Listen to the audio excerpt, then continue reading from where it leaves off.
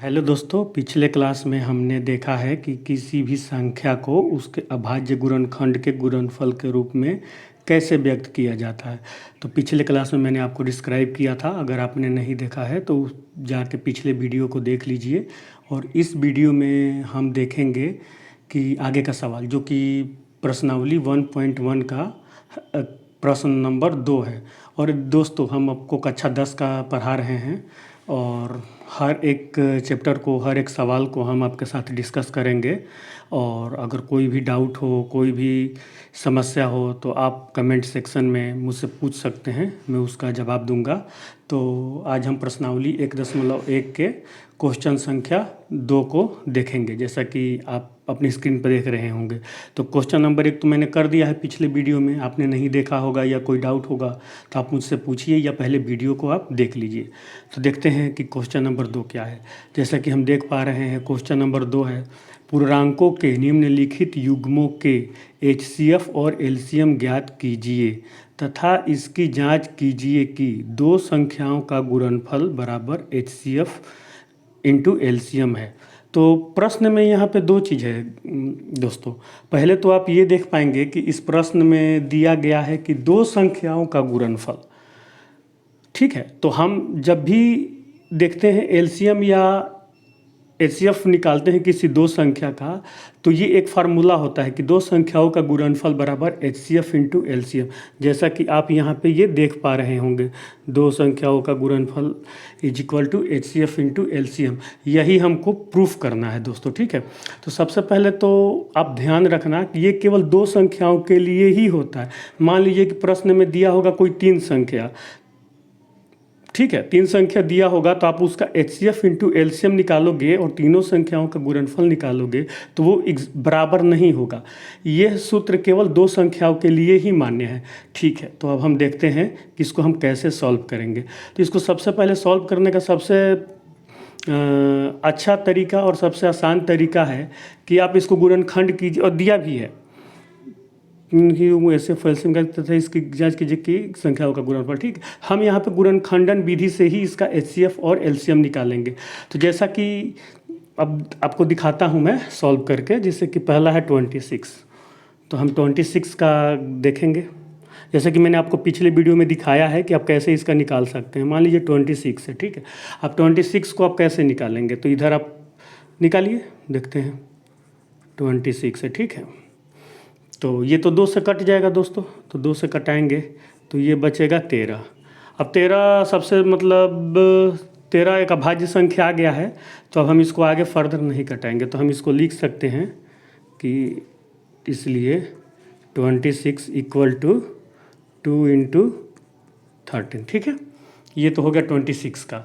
अब मेरा नेक्स्ट है नंबर 91।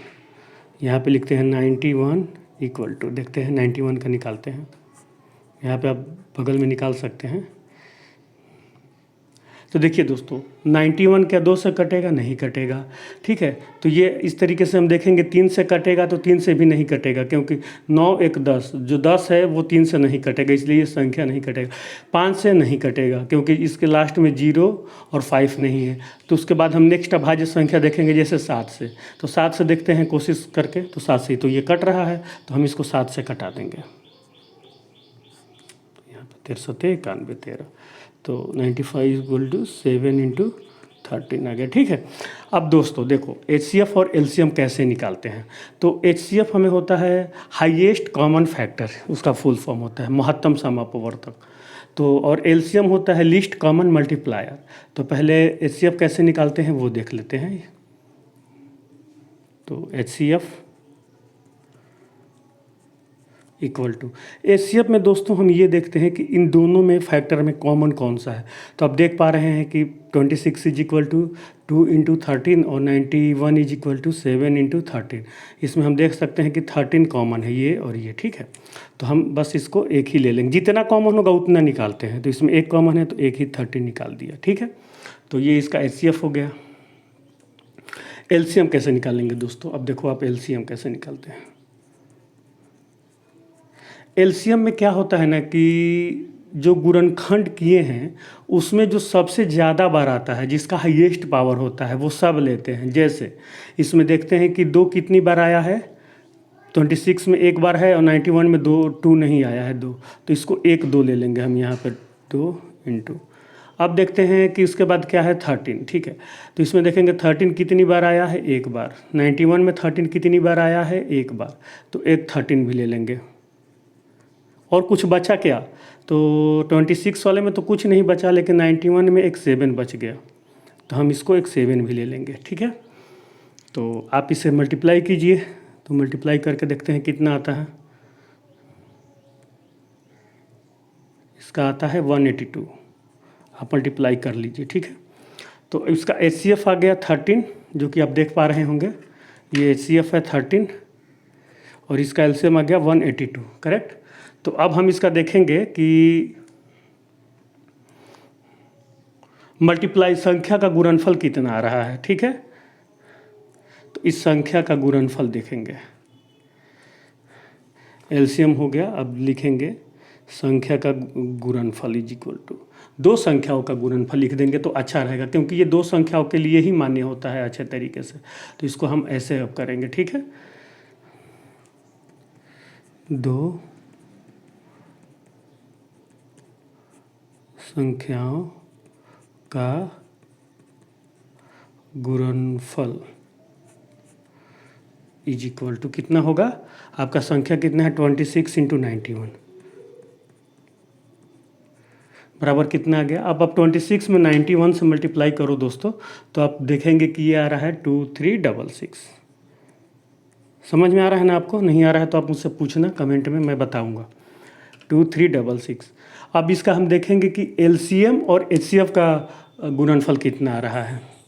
तो LCM into HCF is equal to, अब हम अब देख पा रहे हैं कि LCM इसका हमने कितना निकाला है, चलो 182, HCF है इसका 13। अब आप इसको गुणा करो तो देखो कितना आ रहा है, 13 इंटू 182 2366, ये भी इतना ही आ रहा है 2366। तो हमारा क्वेश्चन क्या है, देखो पूर्णांकों के निम्नलिखित युग्मों के HCF और LCM ज्ञात कीजिए तथा इसकी जांच कीजिए कि दो संख्याओं का गुणनफल बराबर HCF इंटू LCM। तो इस केस में है ना, अतः दो संख्याओं का गुणनफल बराबर,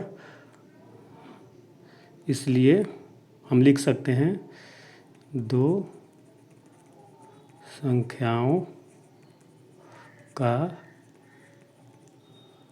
गुणनफल is equal to LCM into HCF। यही तो हमें प्रूफ करना था। हो गया, तो पहला सवाल तो हो गया। देखते हैं दूसरा सवाल, आप लोग करोगे क्या, कोशिश करोगे? ठीक है, मैं करता हूँ। दूसरा हमारा क्वेश्चन क्या है, देखते हैं दूसरा क्वेश्चन। 510 और 92। तो आप इसका तो सबसे इजी वे होता है ना कि हम देखते हैं कि सबसे पहले वो कौन सी छोटी संख्या से कटेगा, उसको फैक्टराइज करते हैं, फिर उसको हम उससे छोटा उससे छोटा उससे छोटा ऐसे करके हम उसको करेंगे। चलो देखते हैं कैसे होगा। हम यहाँ पे डालते हैं, ये तो फर्स्ट हो गया, सेकंड,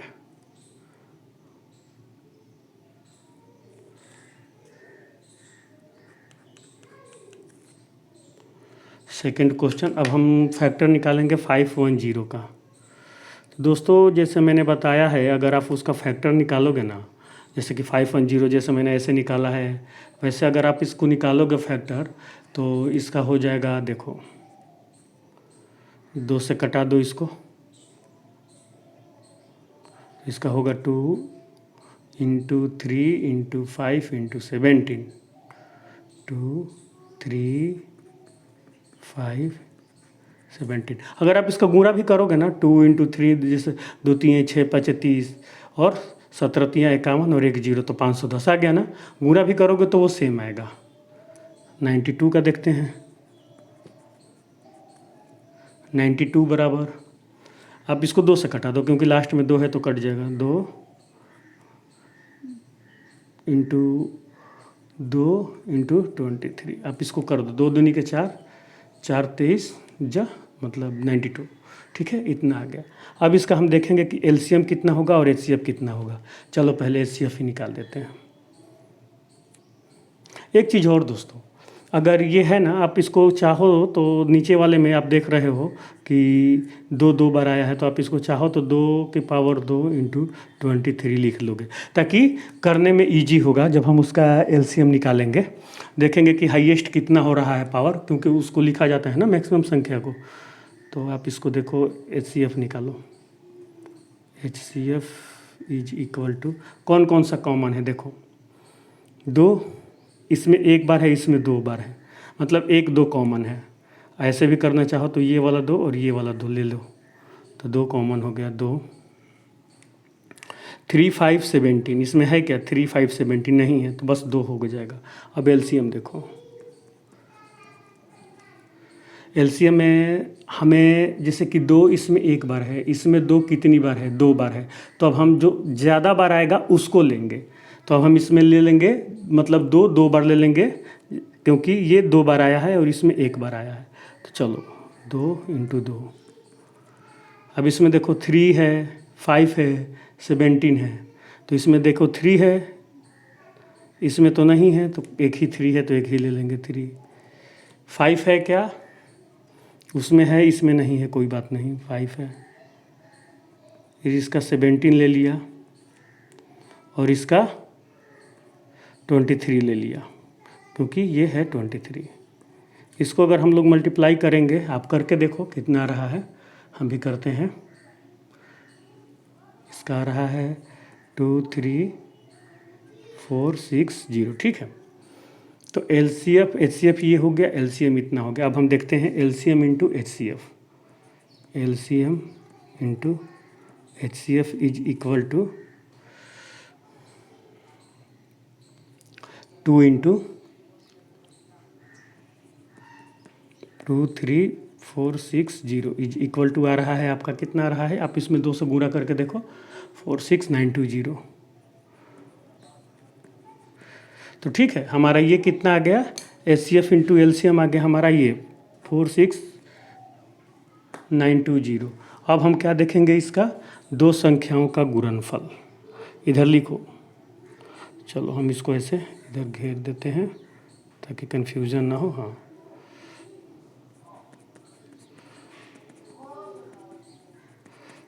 दो संख्याओं का गुणनफल इज इक्वल टू, ठीक है, कितना है, 2 संख्याओं का गुणनफल 510 और 92। तो 510 इंटू 92 इज इक्वल टू, अब गुणा करके देखो कितना आ रहा है दोस्तों, ये भी इतना ही आ रहा है, 46920। तो हम क्या देख पा रहे हैं, अतः या इसलिए हम जो भी लिखना चाहे लिख सकते हैं, इसलिए 2 संख्याओं का गुणनफल इज इक्वल टू क्या है, एलसीएम गुणे एचसीएफ, ठीक है। तो हम देख पा रहे हैं कि ये भी सही है। इसको चाहो तो आप लिख सकते हो हैंस प्रूव्ड। हैंस प्रूव्ड मतलब ये हम प्रूफ कर चुके, ठीक है दोस्तों। अब हमारा तीसरा क्वेश्चन देखते हैं क्या है।